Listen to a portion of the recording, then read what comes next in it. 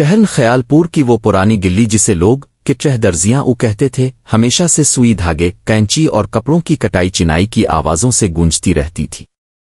اس گلی کے آخری سرے پر ایک چھوٹی سی دکان تھی جس کے بورڈ پر لکھا تھا مشتاق درزی۔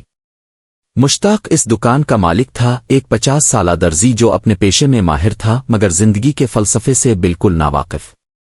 مشتاق کی دکان کے پیچھے ایک قدیم نہر بہتی تھی جس کے پانی میں شہر کی تاریخ بہتی محسوس ہوتی تھی۔ لوگ کہتے تھے کہ یہ نہر صدیوں پہلے ایک بزرگ نے شہر والوں کی پیاس بجھانے کے لیے بنوائی تھی۔ مشتاق اکثر کام سے تھک کر اسی نہر کے کنارے بیٹھ جاتا، پانی میں اپنا عکس دیکھتا اور سوچتا، کیا یہی ہے میری زندگی؟ صبح سے شام تک کپڑے سی کر دوسروں کے لیے لباس تیار کر کے، کیا میرے وجود کا کوئی مقصد نہیں؟ ایک دن کی بات ہے، جون کی چڑھتی دوپہر تھی۔ سورج اپنی پوری آب و تاب سے چمک رہا تھا۔ مشتاق نے دوپہر کا کھانا کھایا اور کام سے فارغ ہو کر نہر کنارے اپنی معمول کی جگہ پر آ بیٹھا۔ تھکاوٹ اور آداس نے اسے گھیر رکھا تھا۔ آنکھیں بند کرتے ہی نیند نے گھیر لیا اور پھر وہ خواب دیکھا۔ ایک روشنی تھی جو اسے اپنی طرف کھینچ رہی تھی۔ وہ خود کو ایک وسیع میدان میں کھڑا پایا جہاں ہر طرف سفید روشنی پھیلی ہوئی تھی۔ ہوا میں خوشبو تھی، ایسی خوشبو جس کا اس نے کبھی تصور بھی نہیں کیا تھا۔ اچانک ایک نورانی ہستی اس کے سامنے ظاہر ہوئی۔ چہرے پر ایسی تابانی تھی کہ دال چھوٹیے دال بشرا اسے براہ راست دیکھنے کی طاقت نہیں رکھتا تھا۔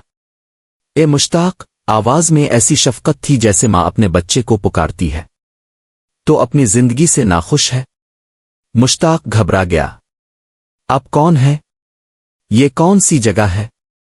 میں خضر ہوں، اللہ کے بندے، تجھے تیرے رب کی طرف سے پیغام لے کر آیا ہوں۔ مشتاق کا دل دھڑکنا بند ہو گیا۔ خضر، وہی خضر جن کا ذکر قرآن اور احادیث میں آیا ہے۔ خضر نے مسکراتے ہوئے کہا، تیرا رب تیری دعاؤں کو سن رہا ہے، تو زندگی کے مقصد کو تلاش کر رہا ہے نا؟ مشتاق کی آنکھوں میں آنسو آ گئے۔ جی حضرت، میں ایک چھوٹا سا درزی ہوں، میری زندگی بے مقصد گزر رہی ہے۔ خضر نے اپنا ہاتھ بڑھایا اور مشتاق کے کندھے پر رکھا۔ ایک برقی سی لہر دوڑ گئی۔ سن مشتاق، ہر انسان کی تخلیق کا ایک مقصد ہے۔ تیرا مقصد صرف کپڑے سینا نہیں بلکہ لوگوں کے دلوں کو جوڑنا ہے۔ جس طرح تو ٹوٹے ہوئے کپڑوں کو جوڑتا ہے، اسی طرح تو ٹوٹے ہوئے رشتوں، ٹوٹے ہوئے دلوں کو بھی جوڑ سکتا ہے۔ مشتاق حیران تھا۔ میں یہ کیسے کر سکتا ہوں؟ میں تو ایک غریب درزی ہوں۔ خضر نے کہا، اللہ کے نزدیک کوئی چھوٹا بڑا نہیں، وہ تیرے نیتوں کو دیکھتا ہے۔